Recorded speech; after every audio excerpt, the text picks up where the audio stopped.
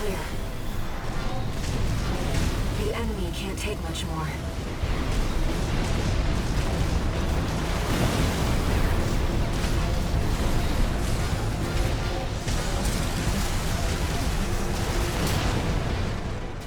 Hello, and welcome back to Tyler Does Gaming.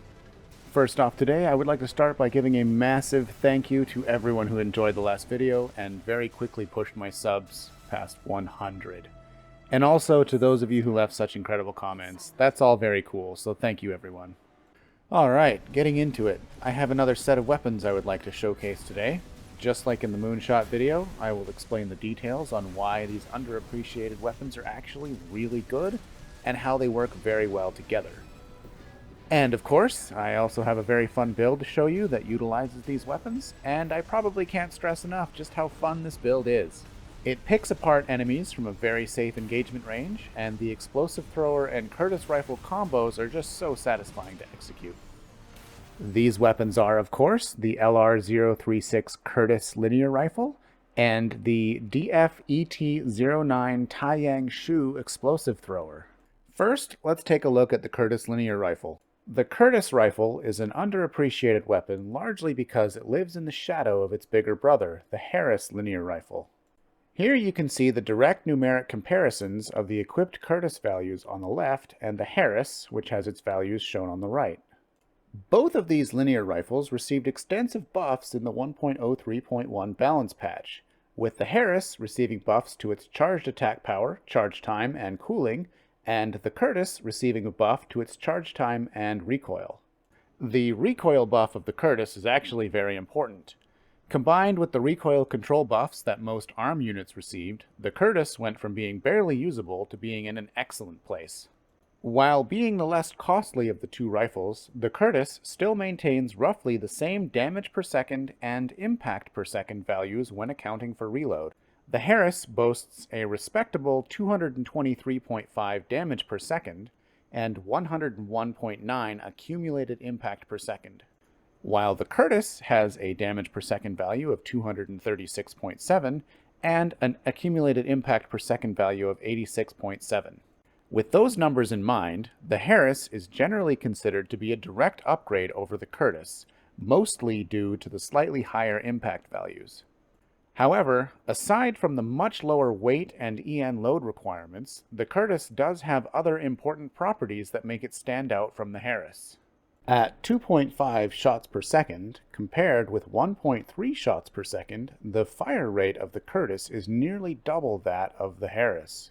This is really quite useful to prevent an enemy's ACS strain from resetting. The charged shot of the Curtis only requires 500 milliseconds to charge compared to the 800 milliseconds of the Harris. This faster charging time is really important due to the Curtis's charge heat buildup being only 550 versus the full heat bar usage of 1000 for the Harris. Together, these values mean that you can fire off the charged shot of the Curtis significantly faster and more frequently than you can with the Harris. Later on in the combat section, I will demonstrate why this makes the Curtis a respectable weapon in its own right. Next up, let's take a closer look at the DF Mouthful explosive thrower. The explosive thrower is a somewhat overlooked weapon due to living in a very strange place between being a melee weapon and being a true explosive weapon like a bazooka. The explosive thrower is not affected by the melee specialization stat of your AC's arms, and with only a single hit, it doesn't have a particularly high attack power compared to some of the more commonly used stagger punish melee weapons. It doesn't have the super low weight or the rapid attacks of the laser dagger, and it doesn't have the PA interference of the butter knife. So what makes the explosive thrower good? Allow me to demonstrate. The explosive thrower has two firing modes. Tap the button once to throw a massive horizontal barrage that will very easily catch any AC trying to quick boost left or right. This attack will connect with anything up to 125 meters and is very difficult to avoid. I'd like to highlight here just how quickly this attack executes. I have analyzed the video frame by frame to make sure that this is as accurate as I can get it. I'm going to slow down the next clip and add an on-screen timer so we can clearly see just how long we are animation locked with the explosive thrower's standard attack. It's important to note here that I'm not really using a timer, it's actually counting frames. This video is being managed at 60 frames per second, so the end result of 46 frames at 60 frames per second is approximately 766 milliseconds of animation lock. This is much faster than most melee weapons, and it's a big part of what makes this weapon crazy strong. The next benefit this weapon has is its alternate attack. Hold the button to launch a longer distance barrage that damages anything in front of you up to 206 meters. Notice how quickly this attack comes out as well. It's slightly more than the standard attack, but still very little stance time to execute relative to other melee attacks. Here you can see the attack time for the laser dagger is just shy of 1 second. This will of course vary depending on your distance from the enemy and your booster's melee attack thrust. But even at very close range like this, you can see the explosive thrower beats it out on its basic attack and is only slightly slower on its longer range attack. This mix-up of attacks is incredibly powerful in PvP since your enemy will have a hard time figuring out if they need to dodge side to side or front to back. The extremely large explosions, combined with the ability to change the attack angle in this way, dramatically improves the odds of you landing a hit compared to normal explosive weapons. These attributes, combined with its excellent direct hit adjustment of 190, allow the explosive thrower to fill a fantastic dual role of helping fill the stagger bar and also punishing a stagger. All of these properties combined are what sets the explosive thrower apart from other melee weapons and from other explosive weapons. Alright, now let's take a look at the AC I have put together to make use of both of these weapons. AC Rat Trap. Rat Trap was originally envisioned as a counter to the latest PvP meta craze revolving around fast, lightweight ACs that utilize the loadout entirely of missiles, or missile rats as they have been not so affectionately labeled. Rat Trap has since evolved into so much more than a missile rat counter, and I am very excited to showcase this AC today. It has been an absolute blast learning and playing this build, so let's get started. Rat Trap is of course equipped with a Curtis in the right hand and an explosive thrower in the left shoulder bay. The auxiliary weapons I have chosen for this AC are the Ransetsu RF and the VP60LT laser turret. The Ransetsu RF pairs extremely well with the Curtis rifle, having similar ideal ranges, while having different firing times and magazine sizes. This combination allows for excellent continuous fire for building up the ACS strain of your opponent. Additionally, the Ransetsu RF has the absolute best impact and accumulated impact values for this range bracket. The laser turret was chosen after playtesting a whole suite of alternative shoulder weapons. Laying down turrets all over the battlefield has proven to be very helpful against enemies of all different types.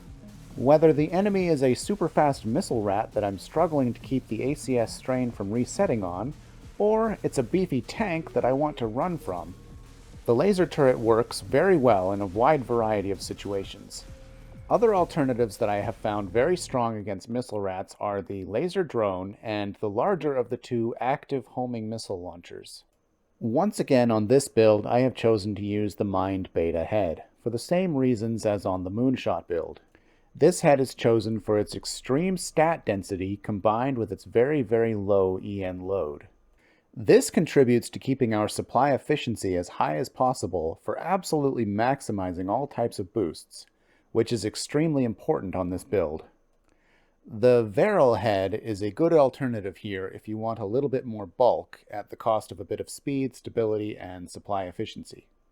The core I have selected this time around is the HAL 826 core. The HAL core, while being on the heavier side, is incredible not only for its defenses, but also for maximizing your generator attributes. Really, almost any core would work on this build, but none of them will give you this rock-solid combination of supply adjust and output adjust. Both of these attributes combined create a situation where energy regen is extremely fast, and this allows extensive use of Assault Boost to chase down fleeing opponents or to rapidly quick boost around to dodge heavier opponents. After extensive testing with various arm units combined with the chosen weapons, I have settled on the Alba arms. With the second highest firearm specialization stat for all arms in the game, they are excellent for tracking enemies. The notch arms do work as an alternative, however, the slightly lower recoil control does make a very noticeable difference in practice. Notice here how large the targeting reticle gets when rapidly firing both weapons. The Alba arms do also suffer a little bit of recoil from these weapons, but you can see here that it is much more manageable. The legs I have chosen here are the Ephemera legs. With a surprisingly high defensive spread for its weight class, the Ephemera legs are a good choice on a lot of builds. A really good alternative here for more defenses would be the Melander C3 legs. Their heavier weight class gives them a sizable defense increase at the cost of a little bit of speed. Alright, now we're going to look at the booster. This is the slot that I really must encourage everyone to learn as much about as you can. You really ought to be changing your booster out depending on what it is you're doing or what it appears your enemy is capable of. The Bwerzel booster is great against any long-range enemies, including the missile rat type enemies that Rat Trap was designed to counter. However, if your opponent is a heavyweight close-ranged build, I suggest switching to the SPD booster for a little bit better ability to play keep away. If your opponent is a close-range build on a light frame that you probably won't be able to effectively kite, then I suggest using the Alula booster for more rapid quick boosts to throw off your enemy's FCS. The FCS on Rat Trap is the FCS G2PO5. This FCS has the maximum medium stat and a workable close-range stat. A good alternative is the WLT-001 FCS, which is just slightly more close-ranged focus. The more close-ranged focus can help when you're weaving in and out of the 130-meter range. However, I really don't personally like that sizable 1,000-point drop in EN supply efficiency. The generator chosen here is the VP-20C generator. This is probably the most balanced generator in the game, and the combination of a decent recharge delay and very high output stat means that energy recovery is very, very rapid. The Hokushi generator is a solid option here as well. However, with this much excess supply efficiency, I didn't feel it was a worthwhile trade-off for all that extra weight. The expansion slot I have chosen for this build is Pulse Armor. Terminal is a good choice as well, but I prefer to be able to use it proactively to prevent being staggered. Assault Armor is a good choice against many enemies, however, specifically the missile rats that Rat Trap was designed to counter, Assault Armor is a fairly weak choice. Alright, on to the Stagger Punish combos. Both the Curtis and the Explosive Thrower are great at inflicting stagger and also punishing stagger. You can do this in any order. They are so versatile that I really just suggest you swap and pop out the Explosive Thrower pretty much on cooldown when your enemy is in range. Keep your enemy guessing, keep them dodging, and your oppressive output will eventually put them down. At this point, I would like to alert everybody that there will be spoilers in the upcoming combat clips. The AI in this game is somewhat basic, so you do want to lay down some turrets before they get to you. I fired the Curtis a little bit late here, try and do it at 250 meters as they approach. Once the engagement has truly begun, try and maintain optimal range for your weapons and not theirs. Build up the stagger bar, and finish with either the Explosive Thrower or a Curtis charged shot. For all of the arena matches, lay down a whole bunch of turrets and lure the enemy into them. Right here, this clip is actually fairly important. I wanted to point out a mistake that I made. What happened here is I got the stagger with the Explosive Thrower while the Curtis was reloading. You really want to try to avoid that situation. Reload beforehand or save one of the bullets from the Curtis if you can, just so that you can punish the stagger with the charge shot.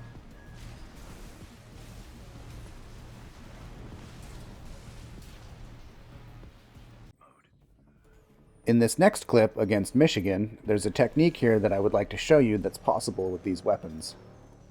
What you can do is charge the Curtis, shoot it, watch for the quick boost, and land the explosive thrower. There's pretty much no downside to doing it this way. If they dodge with a quick boost the Curtis shot, you can pretty much always land the explosive thrower. If they don't dodge it, free damage. It's great.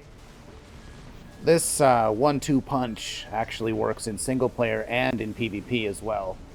A lot of people in PvP will reflexively try to dodge the charge shot, only to get hit by something worse. Rat Trap is quite good against all of the bosses in the game as well. The main reason why I wanted to include this clip was to make you aware of all these explosive thrower whiffs, I like to call them. Explosive throwers' normal attack doesn't do very well with verticality. You want to try and be at the same vertical height as your enemy. This build doesn't have the massive amount of stagger punish that a melee-centric build has, but all of our punish is available from up to 200 meters of range, so it is really safe pretty much at all times.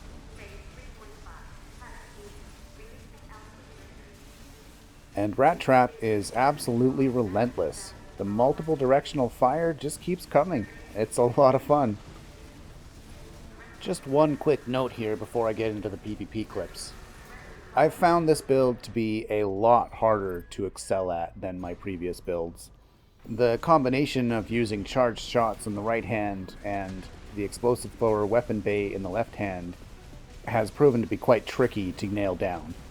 And I feel like it's a lot more difficult than the Moonshot's laser dagger Wurger combos.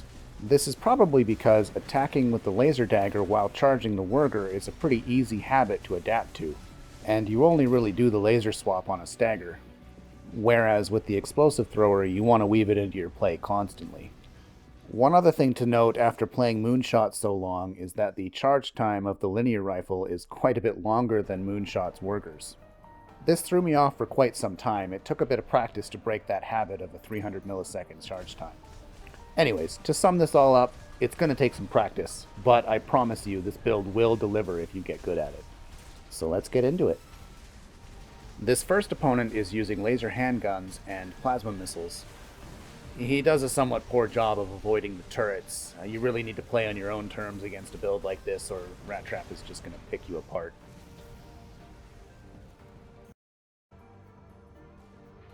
This next opponent has dual Huxleys, a laser dagger, and a ducket. Once again, every time you see Huxleys, you just want to book it. Most people aren't going to have the foresight to stop them and then restart them again. It's a bit of a pain. And their short duration means you just burn it out. Getting off the charge shot punish is very satisfying here. I think my maneuver here also threw him off a little and he ran right into that explosive thrower, so it worked out really well. Remember what I mentioned earlier about the explosive thrower and verticality. It just whiffs. He boosts right over top of me here, which is a great time to hit him with the explosive thrower. And of course, the charge shot for the finish. It's really nice to pull off those combos. It's pretty funny, but I actually had a lot of trouble finding missile rat builds to fight against once I made this counter build. This is probably as close as I got, and you can see that I use Assault Boost quite a bit here to try and keep up with him. I did leave the Wurzel Assault Booster equipped the whole time during all of these clips. It's actually one of the things that I was hoping to be able to practice was countering missile rats effectively. Luckily I did get 1 or 2 chances. This build's actually a little bit unique, using the Songbirds in conjunction with the hand missile launchers. I actually think it's a pretty solid build overall. Using the Coral Generator, pinning yourself in the air with the Songbirds while it recharges, it's actually a really, really fun build, it looks like.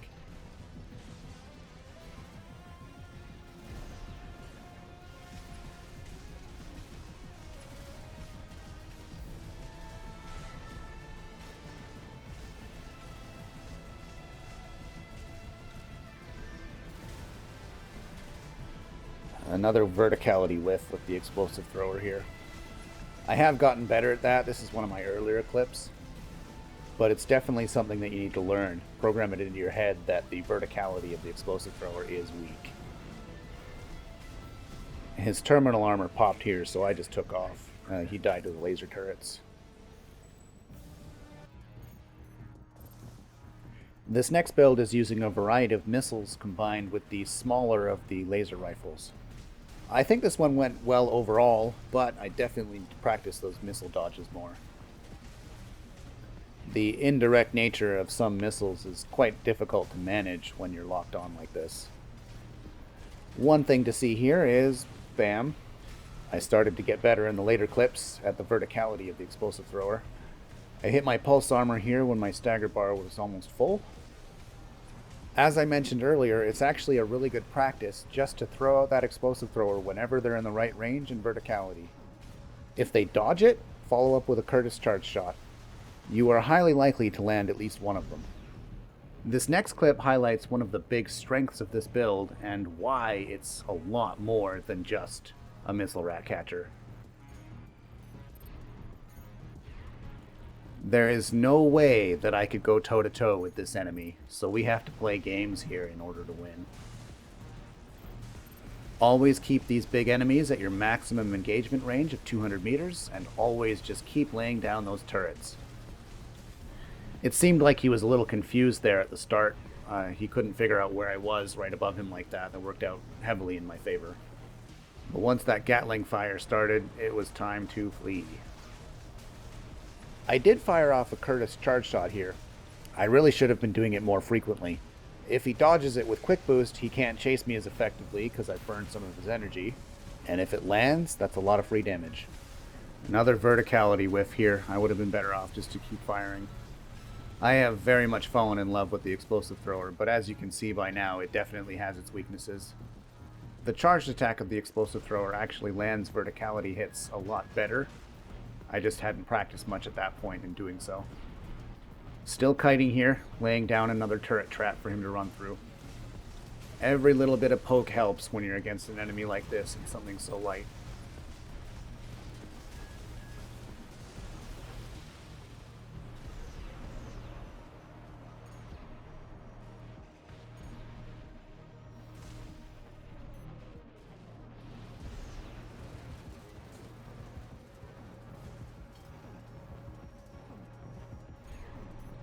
I actually did a somewhat poor job of maintaining my distance here. There's no reason for me to get this close because speed control was all in my favor.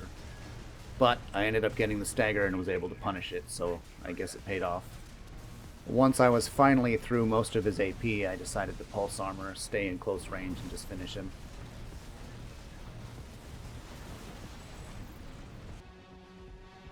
This final clip that I have for PvP for today is probably the closest thing that I found to a missile rat fight. This particular enemy is using aperitifs and trainers.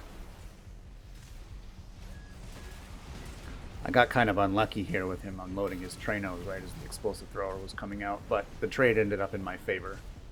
At this point, he knew he couldn't go toe-to-toe with me, so he actually booked it, and I lost him for a moment.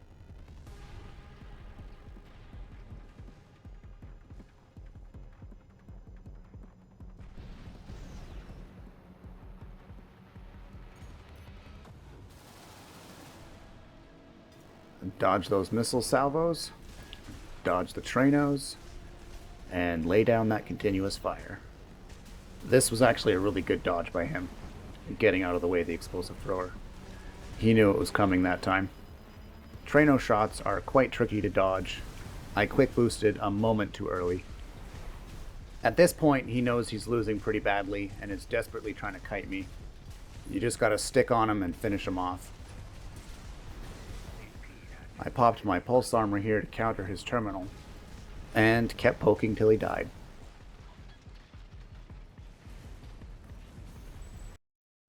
As I mentioned in the opening statements of this video, Rat Trap has been a ton of fun to learn how to play well.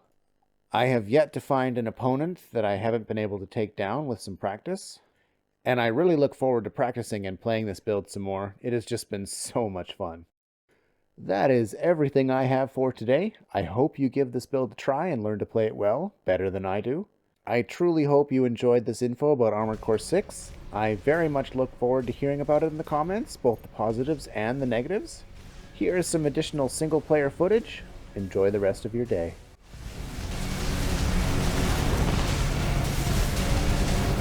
There's an AC behind us!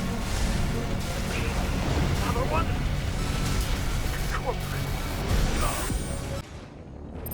That's the Juggernaut. Heavy mobile kit. I wouldn't recommend taking it head on. It won't be able to keep up with Steel Haze. I'll distract it while you hit its blind spot. That's the stuff. Walter knows how to pick 'em.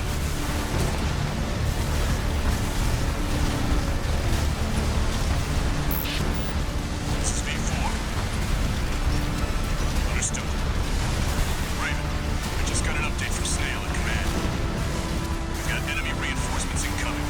If I don't intercept them, we're both toast. I hate to leave you like this, but you'll have to finish without me.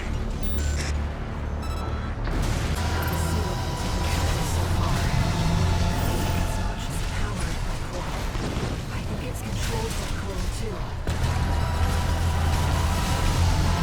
Listen up, 621. Behind this series are no ordinary weapons.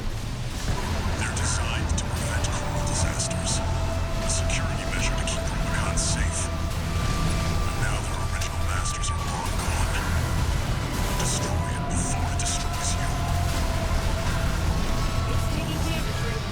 We won't have any chance of doing the direct hit. I know we can find a way. Keep it up, 621. It can't take much more of this. Enemy coral response. Silent.